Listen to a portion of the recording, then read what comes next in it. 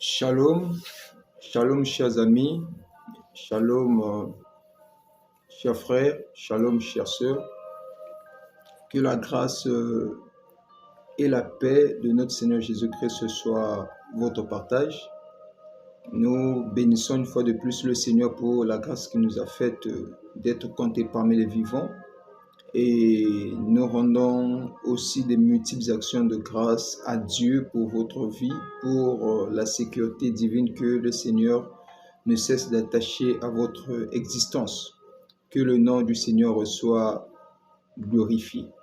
Alors, comme prévu, nous organisons tous les mardis et samedis des sessions d'édification pour permettre notre amplification dans les choses ainsi que dans les valeurs spirituelles. Telle est la raison de notre présence sur cet espace virtuel. Alors, excellents frères, nous voulons lire la parole de Dieu, nous voulons étudier la parole de Dieu pour que notre foi soit fondée, pour que notre foi soit efficace. Alors, prenons très rapidement nos Bibles. Nous prenons nos Bibles dans le livre de Exode, là où on s'était arrêté. N'oublions pas que nous sommes à la troisième partie. Nous sommes à la troisième partie de ce gros thème qui est intitulé « La marche avec Dieu ». Alors, je vais essayer de relire tous les passages pour permettre à tous les amis qui n'étaient pas là de s'adapter ou d'avoir le même niveau que nous avons eu par rapport à la partie où nous avons eu à décortiquer autrefois. Alors, nous prenons Exode chapitre 17e. Exode chapitre 17e, nous prenons à partir du premier verset. Exode chapitre 17e, nous prenons à partir du premier verset. Suivez ce que la Bible déclare. Toute l'assemblée des enfants d'Israël partit du désert de Sin, selon les marches que l'Éternel leur avait ordonnées. Et ils campèrent à Réphidim, où le peuple ne trouva point d'eau à boire. Alors le peuple chercha querelle à Moïse. Ils dirent, « Donnez-nous de l'eau à boire. » Moïse répondit, « Pourquoi me cherchez-vous querelle? Pourquoi tentez-vous l'Éternel? » Troisième verset, le peuple était là, pressé par la soif, et murmurait contre Moïse, et disait, « Pourquoi nous as-tu fait monter hors d'Égypte pour me faire mourir de soif avec mes enfants et mes troupeaux? » Moïse cria à l'Éternel en disant, « Que ferai-je à ce peuple? Encore un peu, et ils me lapideront. » L'Éternel dit à Moïse, « Passe devant le peuple et prends avec toi des anciens d'Israël. Prends aussi dans ta main ta verge avec laquelle tu as frappé le fleuve et marche. » Le sixième verset, « Voici, je me tiendrai devant toi sur le rocher d'Horeb. Tu frapperas le rocher et il en sortira de l'eau, et le peuple boira. » Et Moïse fit ainsi aux yeux des enfants d'Israël. Que le Seigneur bénisse abondamment la lecture de sa parole. Alors, chers frères, comme j'avais su le dire d'entrée de jeu, que nous sommes en train de passer des sessions d'édification avec vous sur cette plateforme virtuelle, tout simplement pour permettre à ce que nos valeurs spirituelles arrivent à connaître de l'ascension, de la montée, pourquoi pas de la croissance ou de l'évolution. C'est comme ça que le Saint-Esprit avait mis dans mon cœur cette pensée de partager avec vous ce gros thème qui est intitulé « La marche avec Dieu ». Et nous n'avons cessé de dire, depuis que nous avons eu à introniser ce gros thème, ces gros chapitres, nous n'avons cessé de dire que ce n'est pas facile de marcher avec Dieu.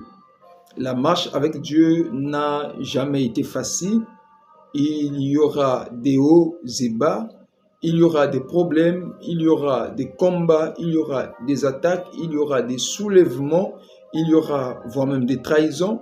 Mais ce qui est important, c'est de comprendre, de savoir que celui qui a fait la promesse est fidèle, intègre pour emmener ses promesses à la concrétisation. Alors aujourd'hui, par la grâce de Dieu, nous sommes là en train de continuer la même histoire, les mêmes chapitres que nous avons eu à introduire le samedi passé. Alors, il était question de Moïse. Nous nous étions arrêtés au verset 4e où la Bible disait que Moïse cria à l'Éternel en disant: que ferai-je à ce peuple? Moïse cria à l'Éternel en disant: que ferai-je à ce peuple? Nous avons dit pendant que nous marchons avec Dieu ou dans la marche avec Dieu, le leader doit savoir, que sa relation avec Dieu est d'une importance capitale. Pendant que nous marchons avec Dieu, nous devons entretenir, nous devons bien établir, bien arranger notre relation avec Dieu. Ici, il est question de Moïse, où la Bible dit que Moïse cria à l'Éternel. Pour que Moïse arrive à crier à l'Éternel, il a fallu que Moïse ait au préalable un bon rapport ou encore des rapports de valeur, des rapports de grande importance avec Dieu. Vous ne pouvez pas vouloir marcher avec Dieu et être en contradiction avec Dieu et avoir des problèmes avec Dieu. Ça ne marche pas comme ça. Donc Moïse cria à l'Éternel. Pourquoi? Parce qu'il y avait la pression. Le peuple faisait pression à Moïse et Moïse faisait pression à l'Éternel. Le peuple dérangeait Moïse et Moïse, à son côté, allait déranger l'Éternel. Pourquoi le peuple dérangeait Moïse? Parce que Moïse était un leader. Ce qui fait la force d'un leader, nous l'avons dit ici, ce n'est pas son âge. Ce qui fait la force d'un leader, ce ne sont pas des voitures. Ce qui fait la force d'un leader, ce ne sont pas ses biens. Ce qui fait la force d'un leader, c'est sa relation avec Dieu. N'oubliez pas que nous sommes en train de parler des leaders dans le cadre spirituel, dans le cadre des choses de Dieu. Donc, ce qui fait la force d'un leader ecclésiastique, d'un leader dans les valeurs spirituelles, c'est sa relation avec Dieu. Moïse était en bon terme avec Dieu. C'est comme ça que lorsque le peuple a commencé à faire pression à Moïse, Moïse est allé importuner Dieu, Moïse est allé déranger Dieu. Alors, qu'est-ce qui se passe lorsque la vie nous fait pression? Qu'est-ce qui se passe lorsque les réalités de la vie nous font pression? Qu'est-ce qui se passe autour de nous lorsque tout semble ne pas évoluer? Lorsque tout semble ne pas évoluer, alors que nous sommes en train de marcher avec Dieu, nous devons apprendre à répartir auprès de notre Créateur. Nous devons apprendre à répartir auprès de notre Maître pour lui soumettre le problème.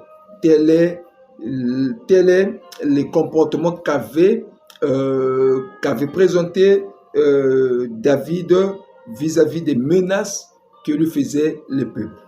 Alors Moïse, Moïse cria à l'Éternel en disant: que ferai-je à ce peuple? Encore un peu et ils me lapideront.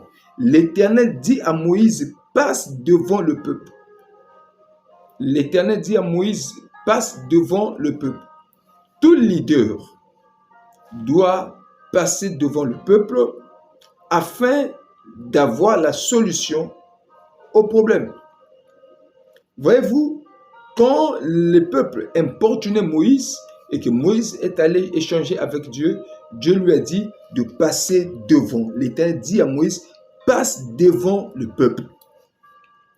Aujourd'hui, il y a des amis qui souhaitent vivre des grandes choses dans leur vie, qui souhaitent être au sommet, qui souhaitent évoluer, qui souhaitent avancer, mais cependant, ces mêmes personnes qui souhaitent évoluer dans la vie se retrouvent encore en arrière. Ça ne marche pas comme ça.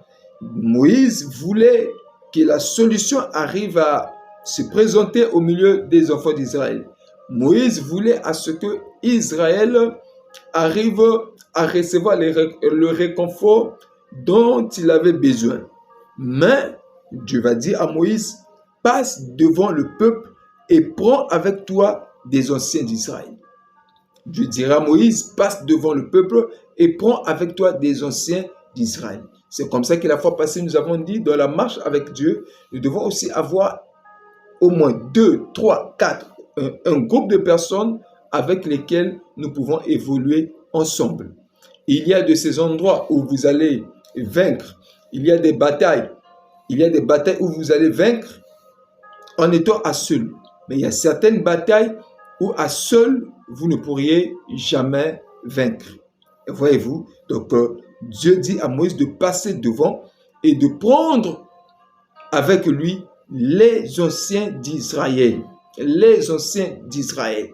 Ça veut dire qu'il y a un ensemble de personnes. C'est-à-dire, si vous êtes entouré, bien entouré, si vous avez des amis qui croient en vous, si vous avez des gens qui ont déjà avalé, compris votre vision, vous pouvez faire des grandes choses. Vous pouvez faire des choses qui vont épater le monde. Vous pouvez faire des choses qui vont dépasser ceux de votre génération. Donc, voyez-vous, Moïse avait l'onction, Moïse avait la grâce, Moïse avait les faveurs divines avec lui, mais cela n'a pas empêché Dieu de dire à Moïse de prendre avec lui les anciens, de prendre avec lui un groupe d'anciens qui va l'aider, un groupe des anciens qui va l'aider dans ce qu'il serait en train d'accomplir. Donc, dans la marche avec Dieu, nous avons besoin des gens aussi qui croient en nous. Dans la marche avec Dieu, nous avons besoin d'avoir des bons amis. Nous avons besoin d'avoir des bons frères qui peuvent nous accompagner jusqu'à l'exécution des projets, jusqu'à l'exécution de la vision que nous avons. Il dit, et prends avec toi les anciens d'Israël, prends aussi dans ta main ta verge, prends aussi dans ta main ta verge avec laquelle tu as frappé le fleuve et marche. Donc, Dieu demande à Moïse de prendre la verge.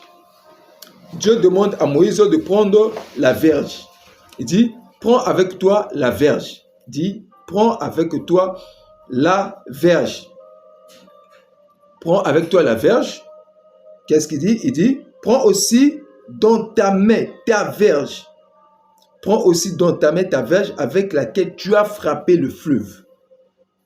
Prends aussi dans ta main ta verge avec laquelle tu as frappé le fleuve. Prends dans ta main la verge avec laquelle tu as frappé le fleuve. Donc Moïse devait se mettre devant, il devait avoir les anciens, il devait avoir la verge avec laquelle il avait frappé le fleuve. Pour que les choses autour de lui arrivent à évoluer. Pour que les choses autour de lui arrivent à avancer.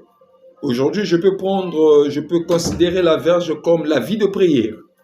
Je peux considérer la verge comme les mandats que vous avez reçus de la part de Dieu. Je peux considérer la verge comme l'onction que vous avez reçue de la part de Dieu. Je peux considérer la verge comme un ensemble de principes que Dieu vous a présentés pour que vous puissiez réussir soit dans votre ministère, soit dans la vie de tous les jours. C'est bien d'avoir les hommes autour de nous. C'est bien de se mettre devant. Mais il est aussi très important, il est aussi d'une importance capitale d'avoir la verge. Dieu insiste, il dit, prends avec toi ta verge avec laquelle tu as frappé les fleuves. Voyez-vous, donc aujourd'hui pour nous, la verge peut représenter la vie de prière. C'est pourtant dit que dans la marche avec Dieu, nous devons manifester, nous ne devons pas oublier la vie de prière. Nous ne devons pas oublier l'intimité que nous avons avec Adonai. Nous ne devons pas aussi oublier les principes ou encore les conseils que Dieu nous a présentés pour que nous puissions atteindre les sommets, pour que nous puissions réussir dans pour que nous puissions réussir dans tout ce que nous sommes en train de faire, dans tout ce que nous sommes en train de vouloir entreprendre. Donc, il était très important pour Moïse de se placer devant. Il est très important pour lui d'avoir les anciens. très important pour lui d'avoir entre ses mains la verge avec laquelle il avait frappé le fleuve. Et aujourd'hui, ce que je pourrais vous présenter, c'est que dans la marche avec Dieu, nous ne devons pas oublier la vie de prière. Nous ne devons pas oublier les conseils que Dieu nous a présentés et nous ne devons pas oublier les principes que Dieu nous a demandé de respecter afin que nous puissions réussir dans ce que nous sommes en train de faire. Alors, voilà ce qui suit. Il dit, tu prendras avec toi la verge et tu marcheras. Et marche. Donc, cela veut dire quoi? Moïse devant, après avoir été devant, après avoir pris les anciens, après avoir pris la verge avec lui, Moïse doit marcher. Il doit marcher. Ce qui bloque certaines personnes dans la marche avec Dieu, c'est que ces gens-là évoluent avec Dieu. C'est-à-dire, mais eux-mêmes, ils n'aiment pas évoluer. C'est-à-dire, ils sont là en train de marcher avec Dieu, mais ils n'aiment pas marcher au fait. Voyez-vous? Donc, Dieu demande à Moïse, après avoir tout fait, tu dois maintenant marcher.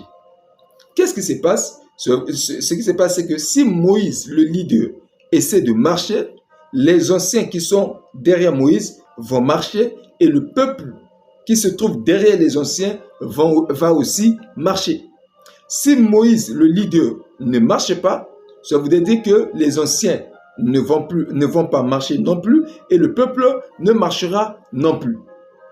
Et ça aussi, sa présence, il y a un sens dans tout ça là. Je voudrais aussi dire que tout leader est appelé à marcher. Si le leader marche, ceux qui sont derrière les leaders marcheront. Si le leader ne marche pas, alors les choses seront stagnées.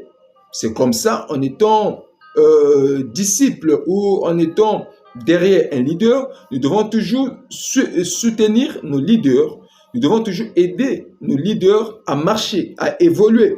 Parce que quand les leaders évoluent, ceux qui sont derrière les leaders vont évoluer. Quand les leaders s'arrêtent, ceux-là qui sont aussi derrière les leaders vont s'arrêter. Donc, étant donné que nous sommes des leaders chrétiens, étant donné que le Seigneur nous a envoyés dans ce monde afin que nous puissions être la lumière de ce monde, nous devons marcher. Nos entreprises doivent marcher. Nos activités doivent marcher. Tous nos ministères doivent marcher. Et tout ce que nous sommes en train de réaliser au quotidien doivent marcher. Voilà. Donc, plus Moïse marche, plus les anciens marchent et plus le peuple marche. Si Moïse ne marche pas, les anciens ne marcheront pas non plus et le peuple ne marchera aussi non plus. Donc, nous sommes appelés à marcher. Dans la marche avec Dieu, nous devons aussi marcher. Dans la marche avec Dieu, nous devons aussi effectuer les mouvements, les déplacements. Nous devons évoluer. Tout ce qui n'évolue pas est taxé de monstre. Tout ce qui n'évolue pas est taxé de phénomène. La vie chrétienne, votre vie chrétienne à vous, doit être évolutive. Votre vie chrétienne doit évoluer. Votre vie chrétienne doit marcher. C'est-à-dire, autrefois, vous étiez en train de prier peut-être 2 fois dans la semaine. Alors, peut-être aujourd'hui ou peut-être dans les jours à venir, vous serez là en train de prier peut-être 14 fois dans la semaine. Et face à ces résultats, face à ces analyses, on dira que c'est bien-aimé, la vie chrétienne de ce bien-aimé a connu un développement. La vie chrétienne de ce bien-aimé a connu un développement ou a connu de l'avance. Pourquoi? Parce que autrefois, ces bien-aimés ne priaient que 2 fois la semaine et aujourd'hui, les bien-aimés commencent à prier 3 fois ou 14 fois dans la semaine. Donc, le Seigneur veut que nous puissions marcher. Dans la marche avec Dieu, nous devons marcher. Dans la marche avec Dieu, nous devons désirer. Nous devons désirer l'évolution. Nous devons désirer le développement. Nous devons désirer l'avancement. C'est comme ça que les choses évolueront. Donc, Dieu dit à Moïse, marche. Aujourd'hui, il y a certains amis qui n'aiment pas marcher, qui n'aiment pas évoluer, sous prétexte qu'il y aura des sorciers. Il y a des amis, je connais des frères, aujourd'hui, ils avaient l'argent, au fait, ces frères avaient l'argent, mais ils avaient peur de construire, peur de réaliser des grandes choses, sous prétexte qu'il y a des sorciers. Voyez-vous? Donc, Dieu nous a mis sur cette terre pour que les choses arrivent à évoluer. Nous devons évoluer. Notre vie chrétienne doit être évolutive. N'oubliez pas ça. Dans la marche avec Dieu, notre spiritualité doit évoluer. Notre intimité avec Dieu doit évoluer. Et tout ce que Dieu a mis autour de nous doit être évolutive. C'est cela. Et Dieu dit, et marche. Donc ici, Dieu encourage Moïse de marcher. Dieu encourage Moïse de marcher. Il dit, et marche. Voyez-vous, il dit, et marche. Et marche. Donc Dieu n'est pas contre le développement. Dieu n'est pas contre le progrès. Dieu n'est pas contre la bénédiction. Dieu n'est pas contre l'élévation. Au contraire, c'est ce même Dieu qui est en train d'encourager Moïse à marcher. Parce que plus Moïse marche, plus ceux-là qui sont derrière Moïse vont aussi marcher. Je prie Dieu pour tous les leaders qu'il nous a donnés, pour tous les pasteurs qu'il nous a donnés, pour tous les apôtres qu'il nous a donnés, que ces apôtres, ces pasteurs, ces pères que Dieu a placés devant de nous arrivent à marcher, arrivent à évoluer dans leur intimité avec Dieu pour que nous tous arrivons aussi à évoluer avec eux, pour que nous qui sommes derrière arrivons aussi à évoluer, à avancer avec eux. C'est comme ça que les choses évoluent. Alors Dieu va dire à Moïse, voici. Bon, avant de présenter ça, j'aimerais rappeler aux bien-aimés qu'il y a beaucoup d'avantages, il y a beaucoup de bénédictions lorsque vous avez le privilège d'écouter Dieu. Lorsque Dieu vous parle, que ce soit dans les songes, dans les rêves, en utilisant les visions, en utilisant des voix audibles, vous êtes bénis. Parce qu'il y a beaucoup de gens dans la marche avec Dieu qui ont souhaité écouter Dieu, mais ils n'ont pas eu ce privilège-là. Donc tous ceux-là qui écoutent Dieu les parler pendant les songes, les rêves, les visions, la voix, en utilisant la voix audible, ces gens-là sont bénis. Parce que c'est un privilège que d'autres souhaitent avoir, mais jusqu'à ce jour, ils n'en ont pas. Mais nous qui l'avons reçu, nous sommes bénis de Dieu. Alors, au verset 6, il dit, « Voici, je me tiendrai devant toi sur le rocher d'Horeb. » Voici, je me tiendrai devant toi sur le rocher d'Horeb. Pendant que Moïse marchait avec Dieu, Moïse était devant, les anciens derrière, le peuple derrière les anciens, et Dieu allait se tenir. Dieu se tenait devant Moïse. Donc, devant Moïse, il n'y avait pas un ancien. Devant Moïse, il n'y avait pas un seul élément du peuple. Devant Moïse, il n'y avait que Dieu. C'est ça le sens même du véritable leadership chrétien. C'est-à-dire, devant le pasteur, il ne doit pas y avoir les partenaires. Devant le pasteur, il ne doit pas y avoir, je ne sais pas moi, ceux-là qui soutiennent le ministère. Ceux qui soutiennent le ministère doivent être derrière. Mais devant Dieu, devant le pasteur, il ne doit qu'avoir Dieu. C'est ce qui se passe aussi avec Moïse. Que tu sois la grande sœur de Moïse, derrière. Que tu sois le grand frère de Moïse, derrière. Que tu sois la maman de Moïse, derrière. Que tu sois le cousin de Moïse, derrière. Devant Moïse, il n'y avait que Dieu. L'erreur que nous avons commise, c'est que dans la marche avec Dieu, au lieu de laisser la première place à Dieu, nous avons laissé la première place aux partenaires, nous avons laissé la première place aux amis, nous avons laissé la première place à des personnes comme ça, mal intentionnées. Voyez-vous, devant vous, il ne doit y avoir que Dieu. Et c'est ce qui s'est passé avec Moïse. Dieu dit, toi Moïse, tu es devant pour le peuple. Moïse est devant, mais pour Dieu, Moïse est derrière Dieu. Pourquoi? Parce que le peuple reçoit les instructions venant de Moïse. Moïse donne les instructions aux anciens. Les anciens transmettent cela au peuple. Mais Moïse lui-même reçoit les instructions venant droit de Dieu. C'est comme ça que Moïse a réussi. C'est comme ça que Moïse a connu de grandes choses. Parce qu'au devant de lui, il n'y avait pas de partenaire. Au devant de lui, il n'y avait pas un humain. Mais au devant de lui, il n'y avait que Dieu. Que le Seigneur nous aide à pratiquer aussi ce qui s'est fait, ce qui s'est passé avec Moïse. Voici, je me tiendrai devant toi. Ça, c'est Dieu qui parle à Moïse. Il dit, toi, Moïse, pour le peuple, toi, tu es devant. Mais pour moi, toi, tu es derrière moi. Amen. C'est comme ça aussi, dans nos églises, nous voyons que le pasteur est devant, Mais au-devant du pasteur, il y a Dieu. C'est comme le sage va dire, au-dessus d'un chef, il y a un chef. Au-dessus de ce chef, il y a aussi un chef. Au-dessus de ces deux chefs, il y a aussi un chef qui est plus élevé par rapport aux deux. Ça a toujours été comme ça. Il dit, voici, je me tiendrai devant toi sur le rocher d'Horeb. Il dit, je me tiendrai sur le rocher d'Horeb, tu frapperas les rochers. Je dis à Moïse, je me tiendrai devant toi sur le rocher d'Horeb, tu frapperas les rochers. Ce qui revient à dire que, puisque Dieu est sur le rocher, si Moïse frappe le rocher, ça voudrait dire que Moïse a frappé Dieu. Il dit, je me tiendrai devant toi sur le rocher. Et toi, Moïse, tu frapperas les rochers. Moïse ne pouvait pas frapper le rocher sans frapper Dieu. Il ne pouvait pas frapper le rocher sans frapper Dieu. Pourquoi? Parce que Dieu était sur les rochers. Mais ce rocher-là, pourquoi ces rochers? C'est quoi ces rochers? Nous allons prendre nos Bibles. Pourquoi ces rochers? Nous allons prendre Psaume. Prenons Psaume pour voir qu'est-ce qui représente réellement ce rocher. Nous prenons Psaume rapidement. Nous prenons Psaume. Prenons Psaume 18, verset 2 jusqu'au 3e verset. Pour voir c'est quoi vraiment le rocher qui était devant.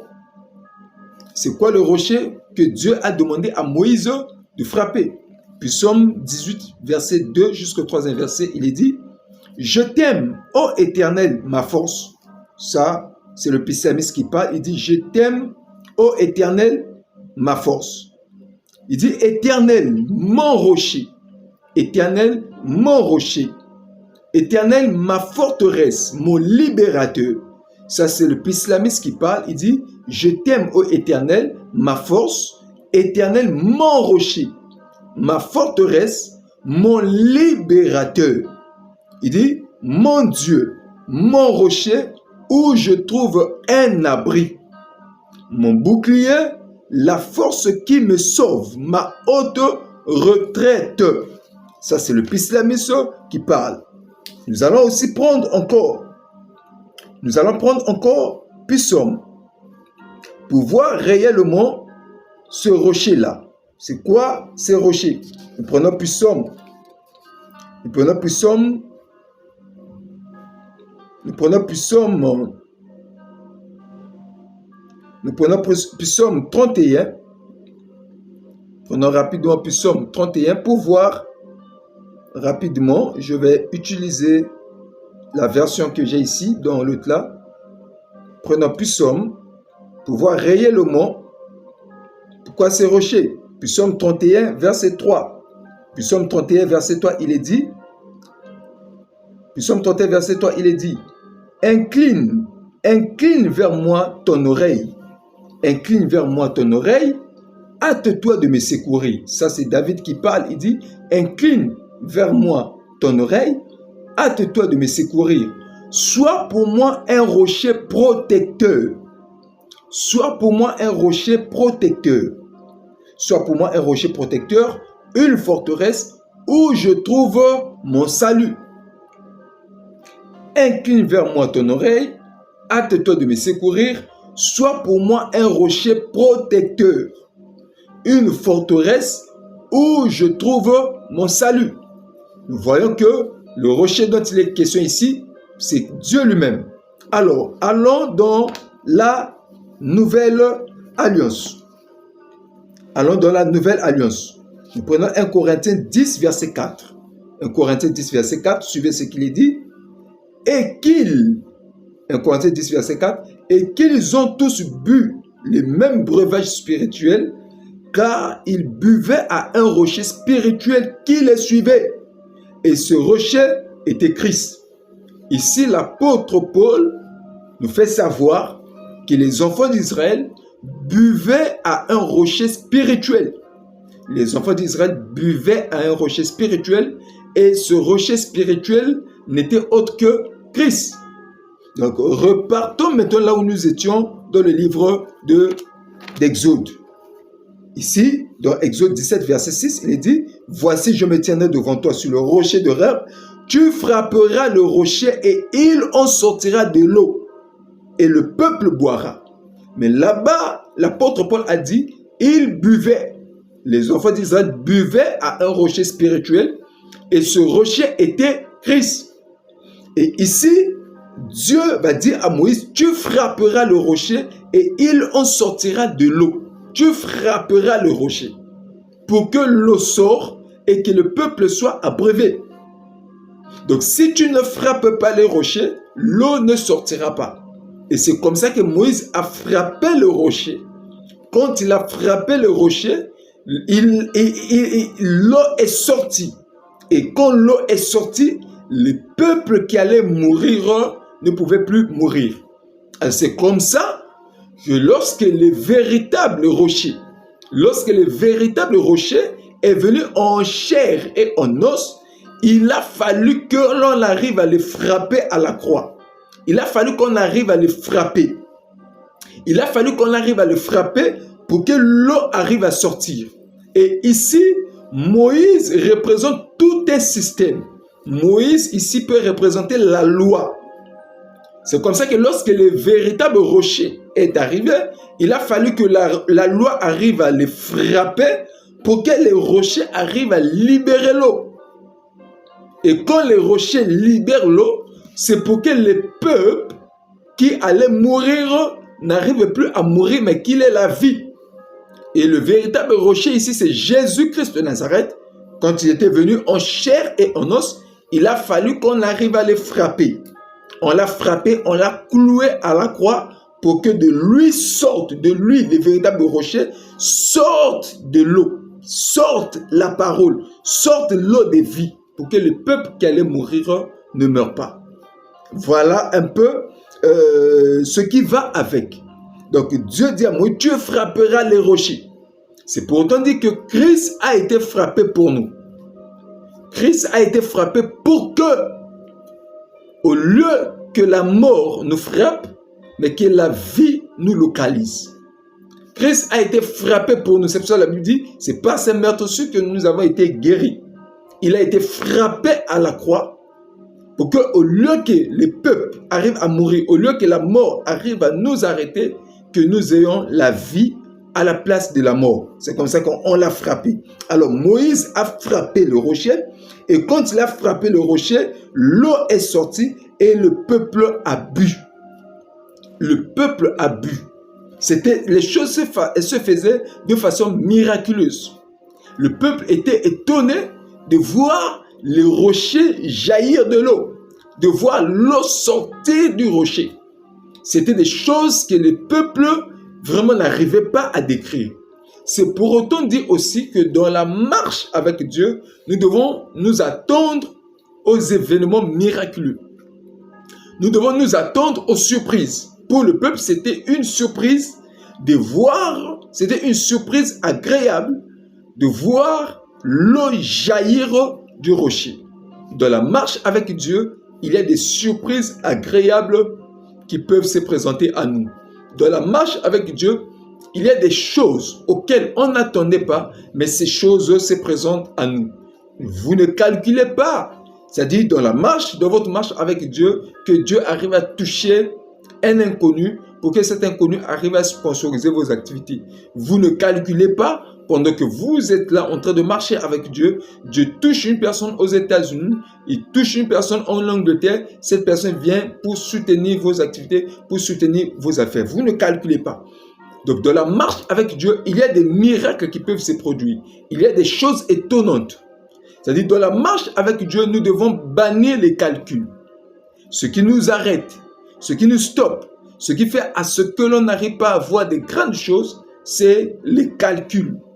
Aujourd'hui, il y a beaucoup de chrétiens qui calculent. Nous calculons trop. Et à force de calculer, voilà, certaines maladies nous localisent. Voilà, d'autres sont frappés par les tensions. D'autres sont frappés par des maladies compliquées. Parce que nous calculons trop. Le peuple ne s'attendait pas à voir l'eau jaillir du rocher. Il ne s'attendait pas. Même Moïse lui-même, il ne croyait pas que telle chose pouvait se réaliser, que telle chose pouvait se produire. Mais Dieu a répandu les miracles comme ça. Dieu a répandu quelque chose de très important alors qu'ils étaient là en train de marcher avec Dieu. Alors j'aimerais dire à un bien-aimé qui veut déjà abandonner, vous qui voulez déjà abandonner, vous qui voulez déjà arrêter avec la vie chrétienne, n'arrêtez pas. Pourquoi? Parce que dans la marche avec Dieu, nous pouvons toutefois recevoir de Dieu des surprises agréables. Dans la marche avec Dieu, il n'y a pas seulement des surprises désagréables. Il y a des surprises désagréables, il y a aussi des surprises agréables. Vous ne calculez pas ce que le ciel va déposer dans votre vie avant la fin de ces mois. Vous ne calculez pas ce que Dieu est capable de faire avec vous avant la fin de l'année. Voyez-vous, le peuple était déjà vers la mort. Le peuple n'avait plus espoir. Mais Dieu a fait jaillir de l'eau venant du rocher. C'est possible. C'est possible. C'est possible que quelque chose de bon se produise dans un environnement où vous n'attendez rien. C'est possible. C'est possible que vous recevez de la part de Dieu des grandes choses dont vous n'avez pas imaginé. C'est possible. C'est possible. Dans la marche avec Dieu, même l'impossible peut devenir possible. Il dit, il en sortira de l'eau et le peuple boira. Et le peuple boira. Et Moïse fit ainsi aux yeux des anciens d'Israël. L'eau est sortie du rocher et le peuple a bu. Ma prière pour vous en cette soirée, que Dieu fasse jaillir de l'eau là où il n'y avait pas de l'eau. Que Dieu fasse jaillir des revenus dans ce commerce-là qui va vers la dérive. Que Dieu fasse jaillir la grâce. Que Dieu fasse jaillir un miracle dans ce que vous êtes en train de réaliser. Que Dieu fasse jaillir des miracles financiers dans votre ministère. Que Dieu fasse jaillir des miracles financiers dans votre entreprise. Que Dieu fasse jaillir des bonnes relations autour de vous. Que Dieu fasse jaillir des choses extraordinaires autour de vous. C'est possible. C'est possible. C'est possible de vivre des grandes choses pendant que nous sommes en train de marcher avec Dieu. C'est possible. Vous qui êtes déjà à 0 mètre de la mort, vous qui êtes déjà à 0 mètre de la mort, vous qui avez une santé qui se détériore, où la médecine ne peut rien, je prie que le Seigneur fasse jaillir la santé. Alors que vous êtes en train de me suivre depuis l'hôpital là où vous êtes en train de me suivre depuis votre maison. La médecine ne peut plus rien apporter dans votre vie. Je prie que le Seigneur fasse jaillir la santé dans votre vie. Que le Seigneur fasse jaillir la force dans votre vie. Au nom de Jésus-Christ de Nazareth, vous êtes fatigué de la vie. Voilà, vous êtes fatigué de votre foyer. Vous êtes fatigué de tout ce qu'il y a autour de vous. Je prie dans le nom de Jésus-Christ que le Seigneur fasse jaillir de grandes choses autour de vous. Que le Seigneur fasse jaillir un grand miracle. Que le Seigneur fasse jaillir des potentiels divins. Que le Seigneur fasse jaillir des grandes choses, des choses indescriptibles. Ce que vous n'avez pas imaginé, ce que vous n'avez pas calculé, ce que vous n'avez pas rêvé, ce que vous n'avez pas songé. Que le Seigneur les fasse jaillir dans votre vie dans le nom de Jésus-Christ de Nazareth. Et n'oubliez pas que dans la marche avec Dieu, les surprises agréables sont plus élevées que les surprises désagréables. Nous devons croire qu'en marchant avec Dieu, en évoluant avec Dieu, il y a des choses, il y a des bonnes choses qui sont censées nous localiser alors que nous sommes en train d'évoluer avec le Seigneur. Alors pour terminer, suivez ce que la Bible dit. Et Moïse fit ainsi aux yeux des enfants d'Israël. Tout ce que Moïse avait fait, c'était ce que Dieu lui avait demandé de faire. Ce qui est très important, ce qui fera votre marche pendant votre marche, ce qui fera votre force pendant votre marche avec Dieu, c'est le respect de tout ce que Dieu vous demande de faire. Moïse n'avait pas fait ce que les amis lui avaient demandé de faire. Moïse n'avait pas fait ce que le peuple lui avait demandé de faire. Mais ici, Moïse avait fait aux yeux des anciens ce que le Seigneur lui avait demandé de faire. C'est très important. pendant que vous évoluez avec Dieu, pendant que vous marchez avec Dieu, battez-vous de faire tout ce que le Seigneur vous demande de faire. Pourquoi? Parce que ce n'est pas en vain que le Seigneur vous demande de faire cela. Ce n'est pas en vain que le Seigneur vous demande de poser de tels actes. Il sait qu'en posant de tels actes, il y a quelque chose de bon qui se produira dans votre vie, alors que vous serez là en train de produire les actes, alors que vous serez là en train de faire ce qu'il vous a demandé. La force d'un leader se réside. La force d'un leader se trouve dans le respect des principes que Yahvé lui a demandé de respecter. La force d'un leader se réside dans le respect des ordres que Yahvé lui a présentés. Donc voilà un peu, Moïse avait fait tout ce que le Seigneur lui avait demandé de faire. Je vous exhorte, chers amis, vous qui êtes certainement à la croisée des chemins, vous qui êtes peut-être à 0 mètre de la mort, vous qui voulez déjà lâcher, abandonner, n'abandonnez pas. Tant qu'il y a la vie, il y a espoir. Tant qu'il y a la vie, il y a espoir.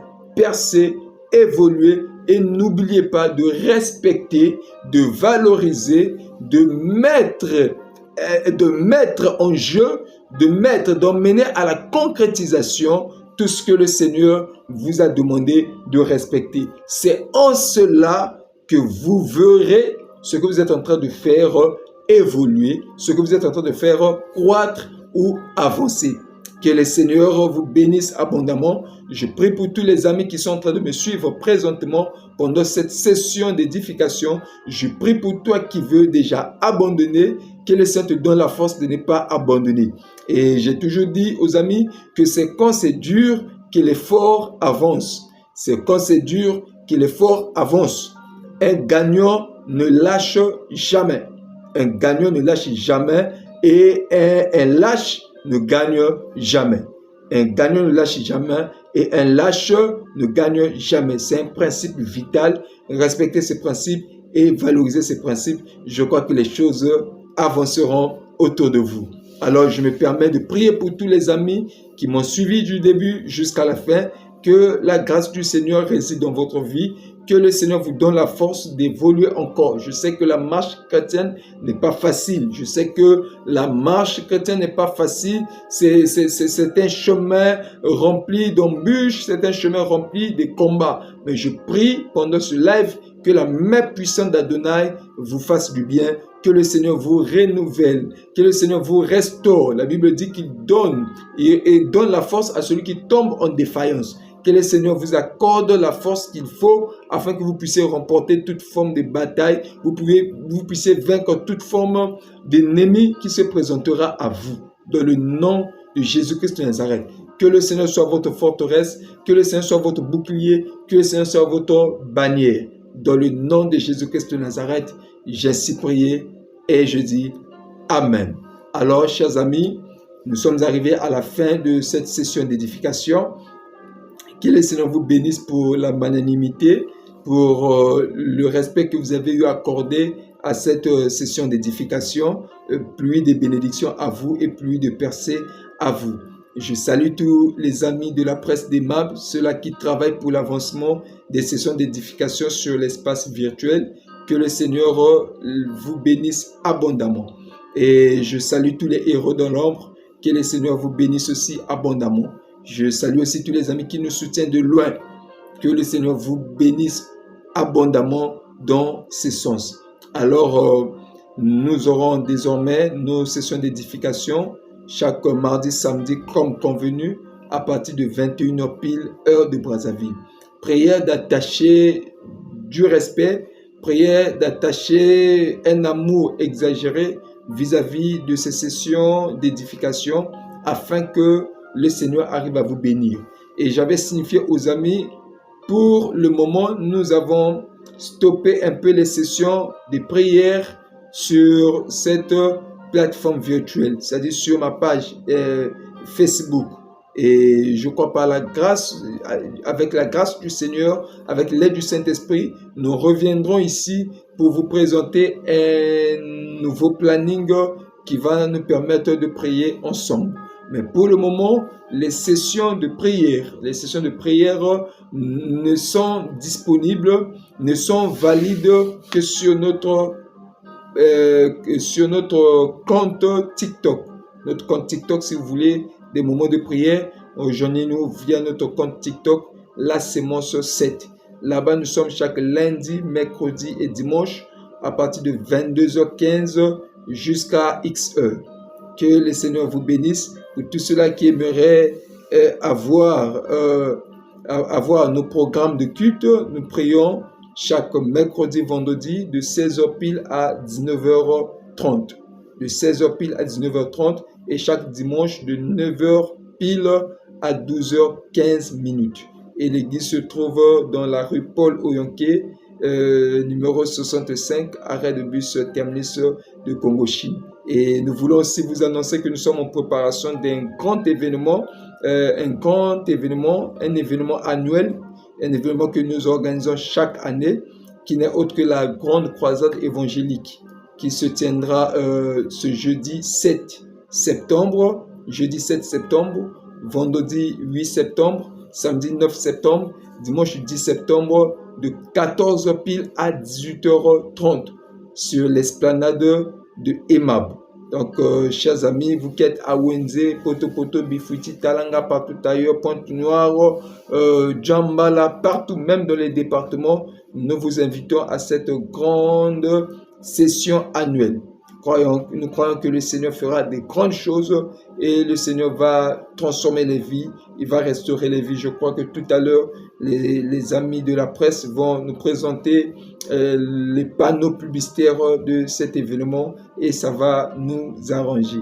Que le Seigneur vous bénisse. Si vous souhaitez aussi soutenir ces programmes, soutenir nos webinaires, soutenir notre ministère, vous pouvez nous contacter en privé, alors nous allons échanger et je crois que le Seigneur sera glorifié. Soyez bénis, soyez bénis, soyez bénis. Que le Seigneur vous fasse énormément du bien. Merci beaucoup. Merci beaucoup.